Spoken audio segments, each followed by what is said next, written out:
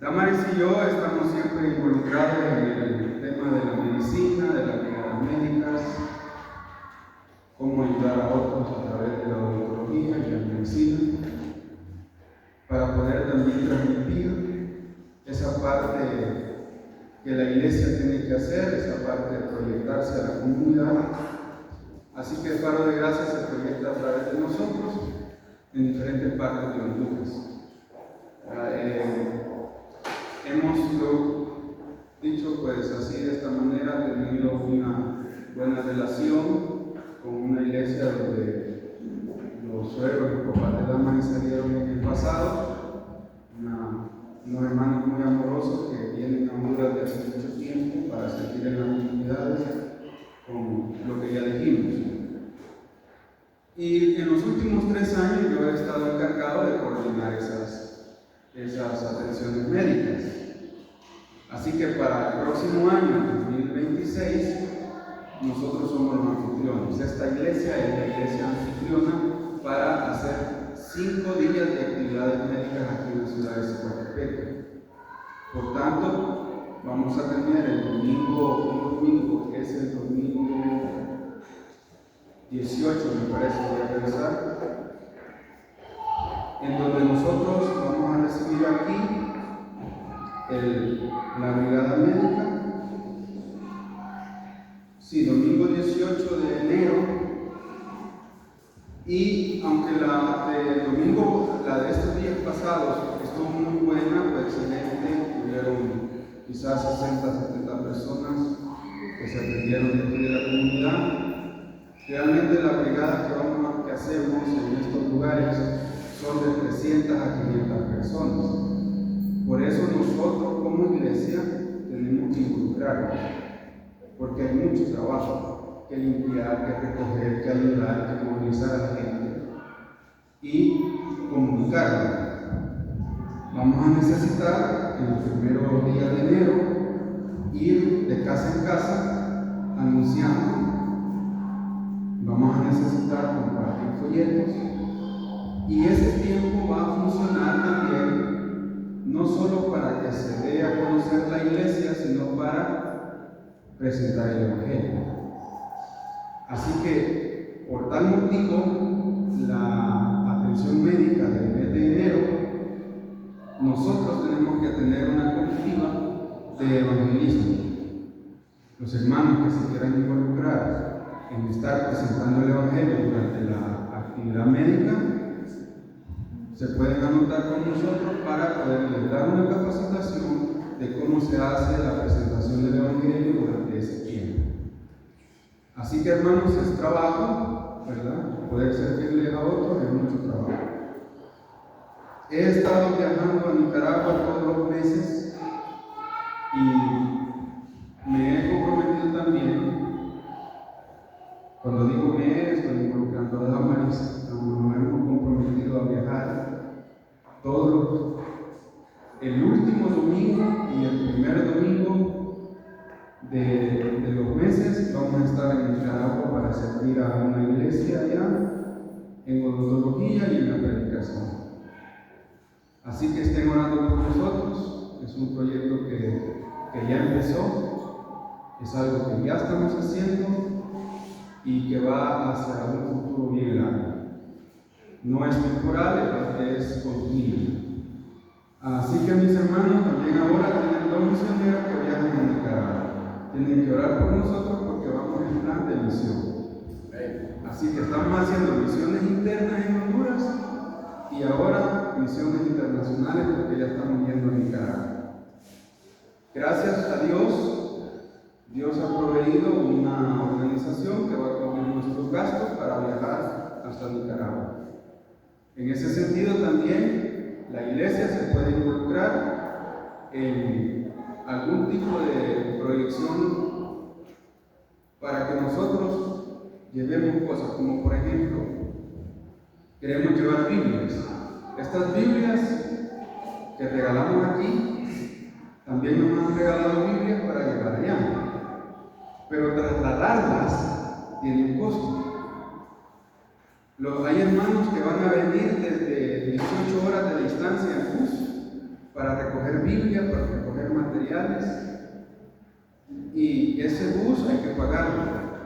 Esa comida que se van a comer en el camino hay que pagarla. Aunque ellos están haciendo una parte, nosotros necesitamos hacer otra parte. Cuando decimos tenemos misioneros, también involucra proyección económica. Porque no se puede, como dice el dicho popular, yo creo que en Honduras también lo dicen, saludar con un sombrero ajeno. Si saludo, tengo que saludar con mi propia proyección. Nunca es la cantidad lo que interesa, sino que es la calidad con la que se hace. Nosotros somos una iglesia bien bendecida desde los orígenes. El próximo domingo, como bien lo dijo el pastor Luis, vamos a celebrar 16 años. Una quinceañera de 16 años. Y en estos 16 años solo hemos estado poniendo la mano. Denme, necesito, quiero. A partir del domingo, este y del otro, vamos a extender la mano para dar. Ya no aquí, sino que ahora, así, echando, ¿verdad? Doblando rodillas y ayudando a otros. No hay excusas porque tenemos una construcción enorme de millones aquí. Este templo, esas sillas y todo lo que vemos son evidencia de la gracia de Dios y de la bendición de Dios. Así que, hermanos, no hay excusas para decir ya no quiero, no puedo, nada de eso. Tenemos que proyectar. Muy bien, ya que tenemos entendido de que en la comunidad tenemos que hacer un trabajo fuerte y también de manera internacional, quiero hablarles ahora de un mensaje que Dios ha preparado para nosotros, para mí también, y es sobre la paz de Dios en tiempos de ansiedad. La paz de Dios en tiempos de ansiedad. Ese es el tema del título de nuestra enseñanza hoy. Lo vamos a leer en Filipenses capítulo 4, versículos desde el 4 hasta el 7. Mientras ustedes están buscando Filipenses, quiero explicarles que la enseñanza solo va a durar media hora. A partir de ahorita, 30 minutos. Vamos a ser bien puntuales, vamos a evitar distraernos en otras cosas y por tanto, como es poquito el tiempo de enseñanza, yo les pido que presten atención. Estamos viviendo en tiempos verdaderamente complejos. A diario, todos los días en las noticias, si a usted le gusta ver noticias o leer noticias, hay niños muertos, asesinados, perdidos, personas, hay tanto caos, no solo aquí en la ciudad de Zipatepeque o en Honduras, sino en el mundo. Hay un caos. Ustedes seguramente han escuchado de guerras que se dan en otros países, de rumores de guerra que se están presentando. Solo el país amado de Israel, porque nosotros somos un país de Israel, ¿verdad? El país amado de Israel está peleando con 5 países ahora, imagínense, solo para un dato. A diario somos bombardeados con noticias que dan miedo, que dan temor. Como les decía, esas guerras sin fin, la inestabilidad económica, se ha dicho de que, y creo que este es un comentario que yo no debo de hacer, pero lo podemos experimentar. Honduras está en crítica situación. No importa lo del gobierno, no estoy hablando del gobierno. Aunque no soy partidario de hablar de política, quiero aclarar de que Honduras tiene una situación crítica, social, económica, política. Si hubiera aquí estabilidad, la gente no desea irse de aquí. Pero sí, la gente quiere irse de Honduras. A ustedes seguramente les da miedo viajar. O sea que estamos en este contexto. Nicaragua tiene problemas, El Salvador tiene problemas, aunque las noticias digan otra cosa, hay problemas. Guatemala tiene problemas, son los países que están alrededor de nosotros.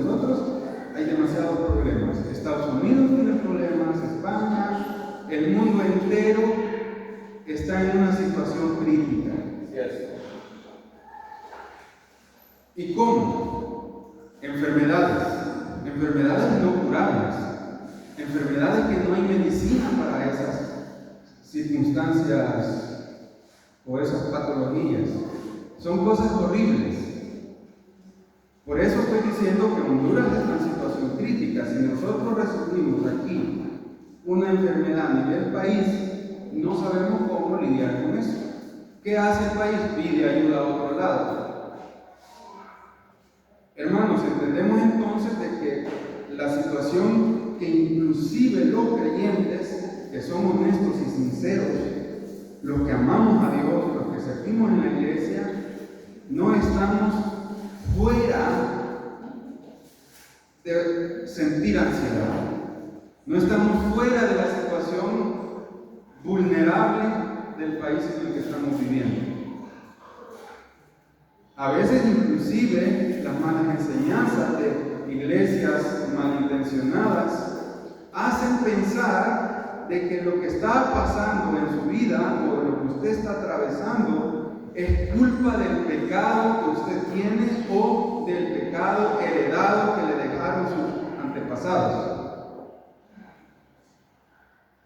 Lo que enseña la Biblia, ya lo vamos a ver, es algo muy distinto, como que si nosotros tuviésemos algo de participación en el caos del mundo. El caos del mundo, el pecado de la humanidad, provoca que Dios corrija a la humanidad, porque todo está apuntando a un punto en la historia donde dice que la iglesia será tomada y va a cohabitar con Dios en una nueva tierra. Por eso que todas estas cosas que miramos no son responsabilidad solo de Dios o solo del hombre. Es toda una profecía de la cual, por ejemplo, la ansiedad de lo que estamos hablando es parte de lo que Dios hace para formar una iglesia sin manchas y sin arruga, preparada para ese día donde las bodas del Cordero se llevarán a cabo. Entonces hoy, aunque no es una fórmula mágica lo que vamos a aprender, pero sí es una enseñanza espiritual que si la podemos poner en práctica, Dios promete que traerá paz a nuestro corazón. No es algo mágico, es una promesa de Dios que inclusive es mejor que mágico. Así que el texto dice así. Vamos a empezar desde el 1 para que lo tengamos todo completo y vamos a llegar hasta el 7. Así que, hermanos míos, amados y deseados, gozo y corona mía, estad así firmes en el Señor, amados. Este es el versículo 2. Ruego a Evodia y a Síntique que sean en un mismo sentir en el Señor. Aquí hace un corte y empieza con otro tema. Asimismo te ruego también a ti, compañero fiel, que ayudes a estas que combatieron juntamente conmigo en el Evangelio, con Clemente también y los demás colaboradores míos cuyos nombres están en el libro de la vida. Hasta ahí está hablando de estos hermanos que son cristianos, que son creyentes, fieles, que tienen su nombre escrito en el libro de la vida. O sea, su nombre está escrito en el cielo, como el de nosotros. Y mire, aquí es donde empieza nuestra enseñanza hoy. A partir de ahorita, 30 minutos. Dice, regocijaos en el Señor siempre. Otra vez digo, regocijaos. Vuestra gentileza sea conocida de todos los hombres, el Señor está cerca. Por nada estéis afanosos, si no sean conocidas vuestras peticiones delante de Dios en toda oración y ruego, con acciones de gracia. Y la paz de Dios, esa paz que sobrepasa todo entendimiento humano, guardará vuestros corazones y vuestros pensamientos en Cristo Jesús. Preguntitas sencillas para poder entender lo que está pasando aquí. ¿Quién escribe y por qué escribe? ¿Quién está escribiendo aquí? es el apóstol Pablo. El apóstol Pablo ha escrito esta carta, pero el apóstol Pablo está en un lugar especial, está en la cárcel. Él está preso en la ciudad de Roma. No está escribiendo desde una cabaña a la orilla del mar, o en una bonita casa, o en la montaña escuchando aves. Para poder escribir lo que acaba de escribir, no es que esté en un centro de armonía espiritual, en un retiro espiritual. Él está en sufrimiento y está en la cárcel. La carta, cuando la está escribiendo, este tipo de presos, como era el apóstol Pablo, en esas cárceles romanas, no eran unas cárceles como las que a ustedes quizás han podido ver, sino que estas cárceles eran horribles. Había humedad, oscuridad y aparte les habían amarrado los pies con unas cadenas hacia la pared. Las paredes no eran de ladrillo como este, las paredes eran de pura piedra tallada. Eran horribles cárceles. Y allí, en ese ambiente de caos, de horrible, él dirige, lógicamente, no por sus propios pensamientos, sino por la inspiración del Espíritu Santo, unas letras que vienen a ser para nosotros gozo. Porque él dice: les voy a rogar, regocíjense en el Señor. El capítulo 4 está dirigido a llamar la atención de una iglesia que vive en caos, a tener gozo, a tener paz y a permanecer en oración. Es bien interesante, ¿verdad? Que aún las iglesias donde se supone que hay fe, puede tener ansiedad usted, puede vivir inclusive creando división por sus propios pensamientos o por su propia angustia, olvidándose del Dios Todopoderoso al que le servimos y en quien hemos creído. Pero el Evangelio, que es lo que acabamos de leer, es el Evangelio, nos muestra un camino distinto al que el mundo nos está ofreciendo. Entonces, lo primero que vamos a aprender aquí están en los primeros 3 versículos, 4, 5 y 6.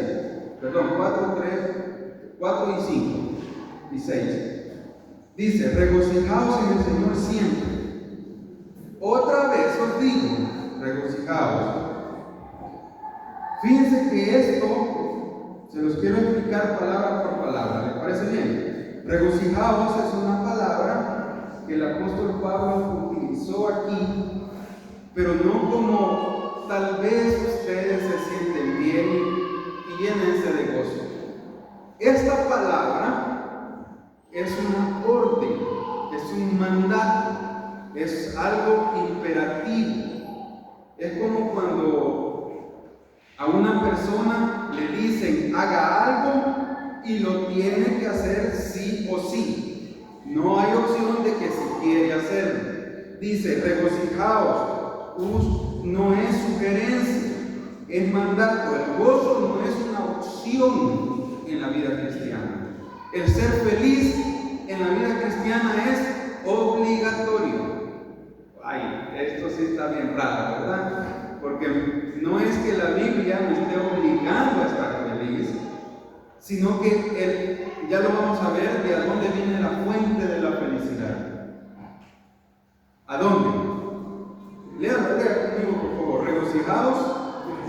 Ahí está la fuente. La palabra en el Señor dice el origen del gozo. La palabra en, por ejemplo, puede ser dentro de algo, agua en el vaso. También puede ser fuente de a donde procede. Son ejemplos que yo siempre repito porque son buenos. Por ejemplo, un vertiente de agua, que sale agua de un hoyito de la tierra y sale el agua, nunca se acaba. El gozo es como esa agua que sale de ese entiende que su fuente no va a acabarse, no se va a secar. En el Señor nosotros siempre podemos tener gozo, porque Él es la fuente de mi gozo. Amén. Y luego dice, siempre regocijaos en el Señor cuando te sientas bien. No, siempre. La palabra siempre quiere decir, en otras palabras, en toda circunstancia, en toda situación. Incluso cuando no nos sentimos con ganas de estar feliz, debemos de estar felices. Este tipo de gozo que el apóstol Pablo está diciendo aquí desde una cárcel, no puede ser procedente de la fuerza o del sentimiento humano. Este gozo procede del Espíritu Santo. Por eso que antes mencionamos que estos hermanos estaban escritos en el libro de la vida.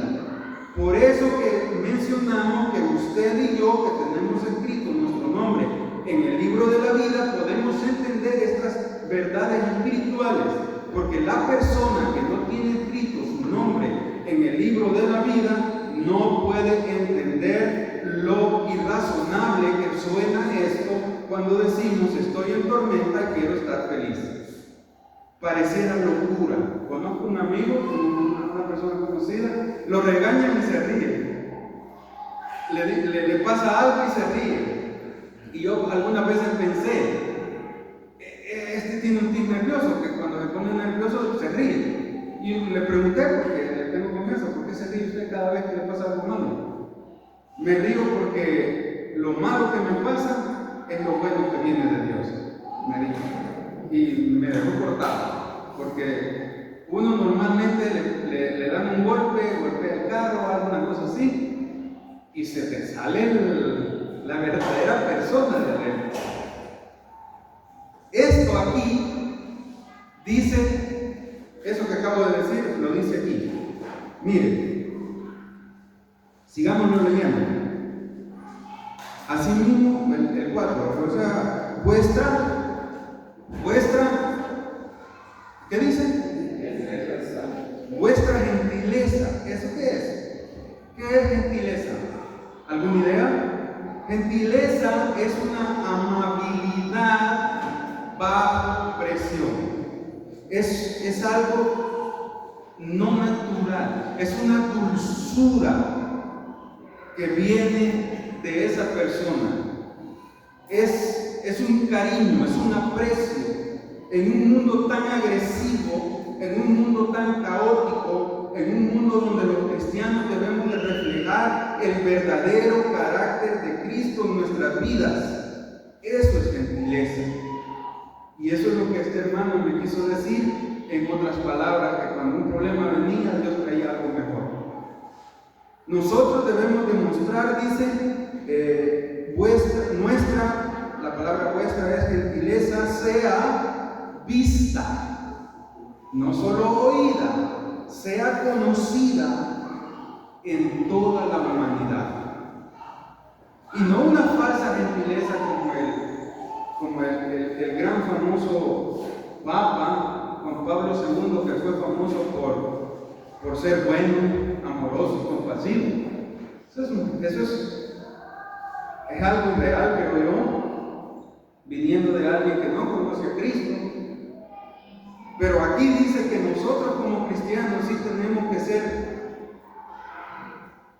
vistos como aquella persona que es amable bajo la presión, como aquella persona que sale de él dulzura cuando un ataque viene. No le sale, dicen aquí sacarle alivio, ¿verdad? No se le sale, eso no sé qué querrá decir, pero se oye claro, se oye entendible de que cuando una persona te atacan, sacó machete, sacó piedra, lo que agarro, porque yo me tengo que defender. Eso no es lo que la palabra de Dios está diciendo cuando vuestra gentileza sea conocida por todos los hombres, por toda la humanidad. Cristo nos ha dado a nosotros un carácter nuevo. Por eso nosotros somos nueva criatura. Ahora sos nueva criatura.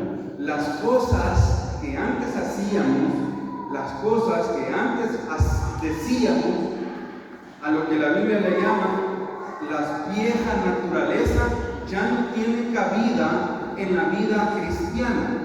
Por eso el apóstol Pablo dice, el Señor está cerca. Dice, vuestra identidad de todos los hombres, el Señor está cerca. ¿Qué es eso de cerca? ¿Qué significa que el Señor está cerca? Podemos verlo de dos maneras. Puede significar dos cosas. La primera es que Cristo está aquí y ahora con nosotros, porque Él es omnipresente.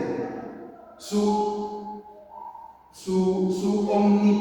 omnipresencia quiere decir de que está aquí y ahora, en medio del caos, en medio de la ansiedad, en medio de la dificultad, en medio de la enfermedad, en medio del problema económico, en medio del problema familiar, que está aquí y ahora.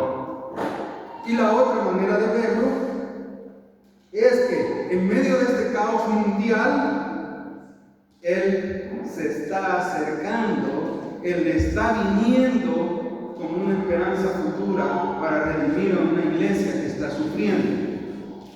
Entonces, cuando dice su gozo sea conocido, la pregunta es, y esta es una pregunta pastoral, hermanos, es una pregunta de pastor a ovejas: ¿de qué depende tu gozo?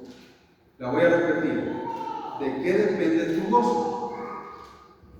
Si tu gozo depende de cosas temporales, materiales, humanas, si su vida emocional está dependiendo de esto, déjenme decirle que su vida espiritual es una montaña rusa, baja, sube y es un caos, porque el mundo no te puede ofrecer estabilidad emocional.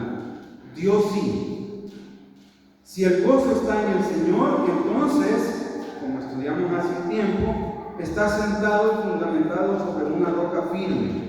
Y aún cuando las tormentas vengan y el río se desborde, no me va a mover, porque es Dios quien me sostiene. ¿Refleja gentileza en tu trato hacia los demás? Otra pregunta: ¿usted está reflejando gentileza hacia las demás personas? En la casa, en el trabajo. ¿Su carácter es dulce? O la gente dice, no le hable a ese porque es un amargado. O la gente dice, miren, hable con él le puede dar una buena palabra, puede darle palabras de Dios. Él es un cristiano. O dice, no le hablen, solo palabras suaves salen de su boca. Eso es usted y Dios. ¿Cómo está funcionando su vida? Hoy más que nunca necesitamos ver creyentes que responden con esto que está enseñando la palabra de Dios.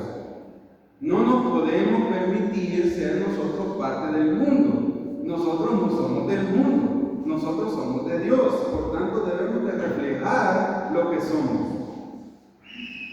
Debemos de responder con gracia, no con gritos, no con pleitos, no con machetes, no con piedras, sino con amor. La segunda parte y los últimos 15 minutos están en el versículo que sigue. Por nada estéis afanosos si no sean conocidas vuestras peticiones delante de Dios, de toda oración y ruego, con acciones de gracia, y la paz de Dios que sobrepasa todo entendimiento guardará vuestros corazones y vuestros pensamientos en Cristo Jesús. Otra vez, analicemos el pasaje frase por frase. La palabra aquí, por nada estéis afanosos, es una frase completa. Literalmente podemos decir que quiere decir no vivan en un estado de ansiedad, que su vida permanente no sea la ansiedad. Pablo no dice, ponga atención en esto, ponga atención, Pablo no dice que no va a sentir ansiedad en alguna etapa de su vida. o en algún momento de su vida. Usted puede tener problemas de emoción, puede estar sintiendo aflicción, temor, miedo, 1, 2, 3, 4, 5, 6 meses, un año quizás, pero no es permitido pasar toda su vida en ese estado de aflicción. Dice, por nada estéis afanosos, sino que esta ansiedad debe de ponerse en otras partes. ¿A dónde? Agarra la ansiedad, agarra la preocupación y sean conocidas estas situaciones en vuestras peticiones. Ahí donde lo depositamos. Habla de la oración específica. No habla de una oración de como, Dios ayúdeme, me siento mal, me siento triste, sino habla de Dios, hoy tengo miedo porque estoy pasando por esto. Dios, yo sé que he hecho esto y necesito tu amor, tu benevolencia. Ser claro y específico. No son oraciones de comida rápida, así como gracias por esto, porque yo sé que tú me ayudas, amén.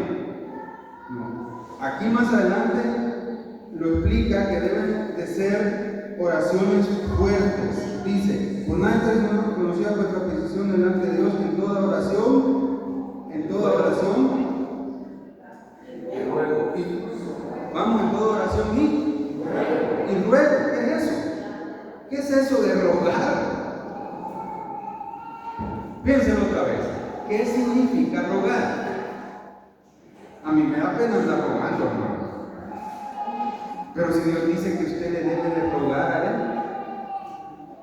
dice rogar es un clamor profundo, un clamor sincero, un llanto interno, un dolor expresado en la intimidad con Dios. La gente no necesita saber tu problema. Dios sí.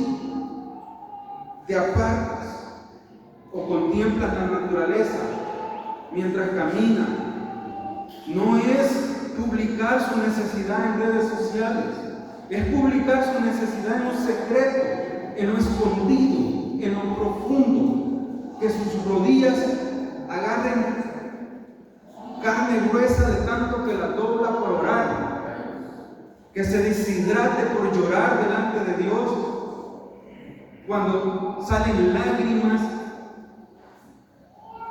que su rostro sea visto en la presencia de Dios, no entre las personas. Eso es rogar. ¿Está pasando problemas? Ruéguele a Dios que Él mire lo que dice aquí. Dice en vuestra entidad el Señor está cerca, por nada estéis famosos si no se han conocido vuestra petición delante de Él. Y luego con acciones de gracias. No es quejándose.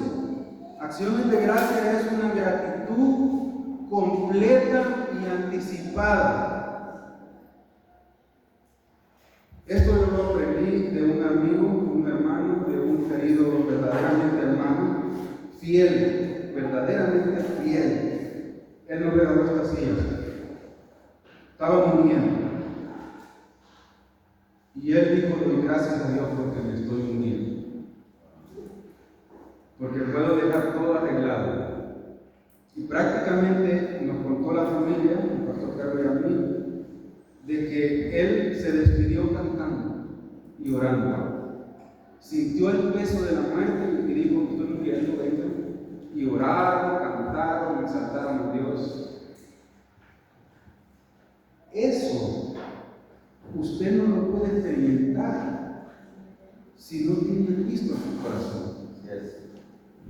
Esto no lo puede experimentar si no aprende que el gozo de Dios sobrepasa lo que podemos entender. Como dice aquí, sobrepasa todo entendimiento. Esa paz que viene de Dios, que dice el texto, y la paz de Dios no es algo que dependa de cosas humanas. Esa paz no es algo que está después de la tormenta.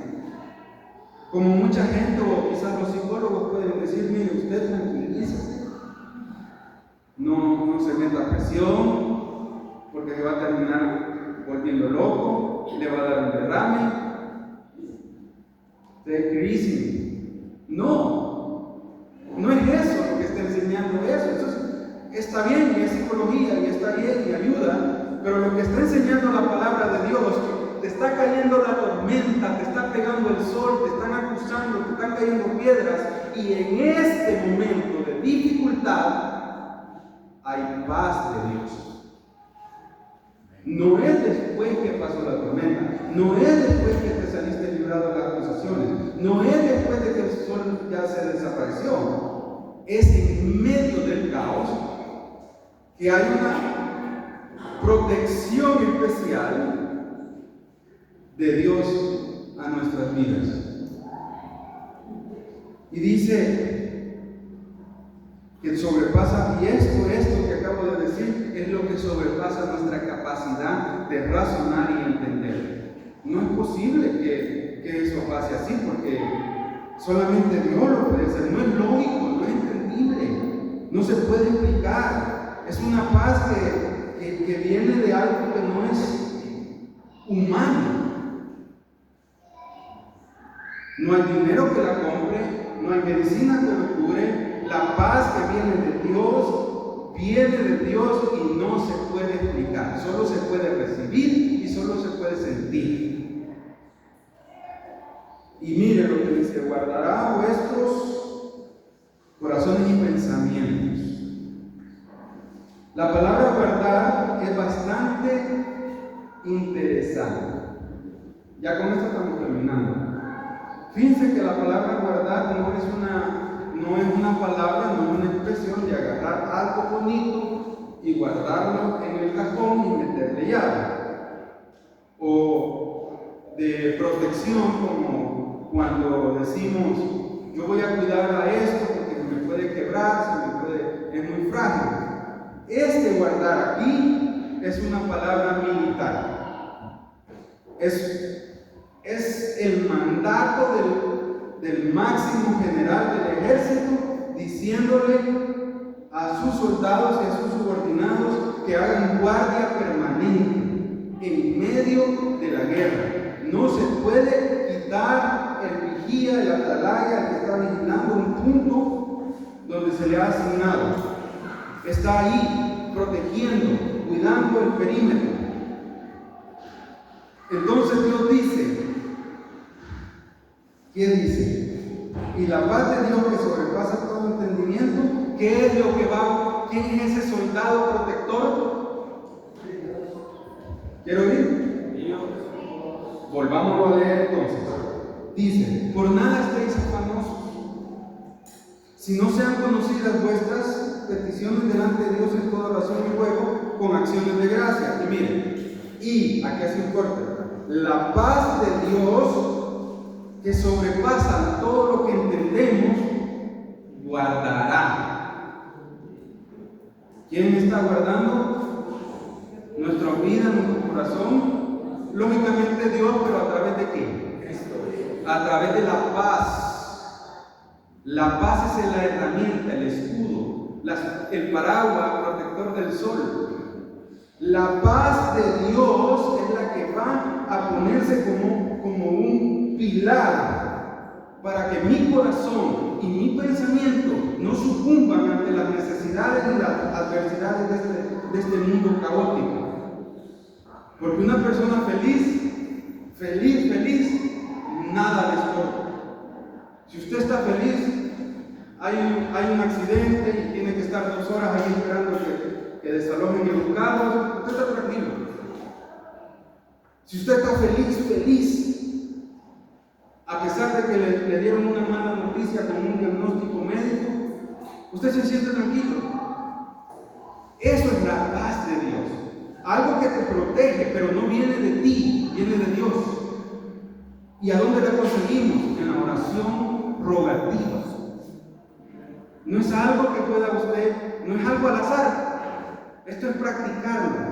Practicarlo, practicarlo, practicarlo. Preguntita de examen de esta enseñanza.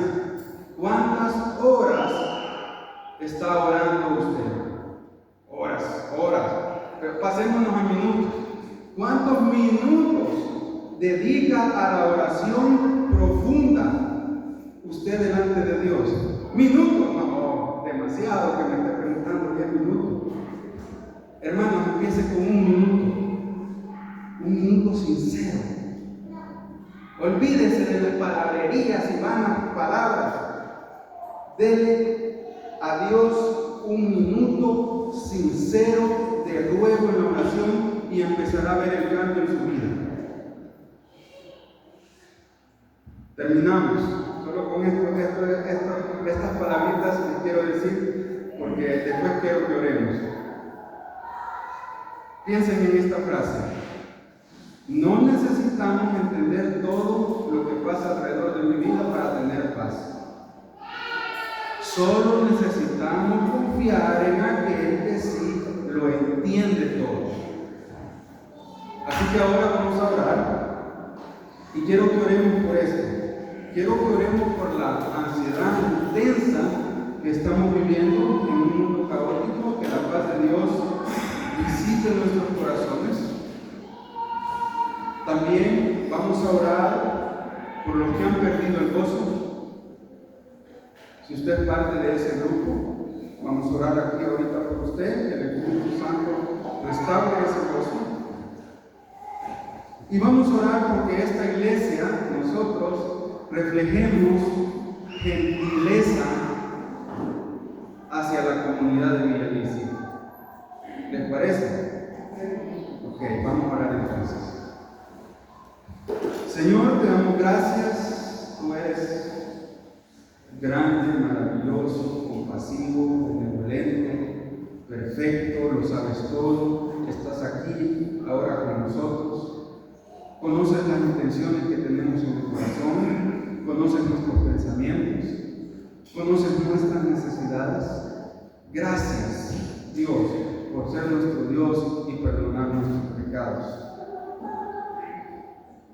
Hoy, este día, aprendiendo acerca de la ansiedad, queremos pedirte que por aquellas personas que están pasando tiempos difíciles, que la paz tuya, Señor, la paz de Dios, penetre sus corazones.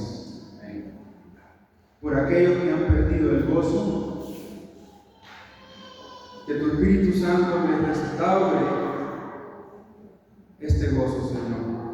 No lo podemos lograr por nuestra cuenta. Somos humanos, somos pecadores. Nuestra tendencia es a buscar el mal en vez de buscarte a ti. Por eso perdónanos, ayúdanos. También quiero orar porque la Iglesia Bíblica Faro de Gracia, que es una representación de tu cuerpo, pueda reflejar gentileza hacia la comunidad, gozo, paz en un mundo tan caótico como en el que vivimos. En nombre de Cristo Jesús, amén. Muy bien, Pastor Luis.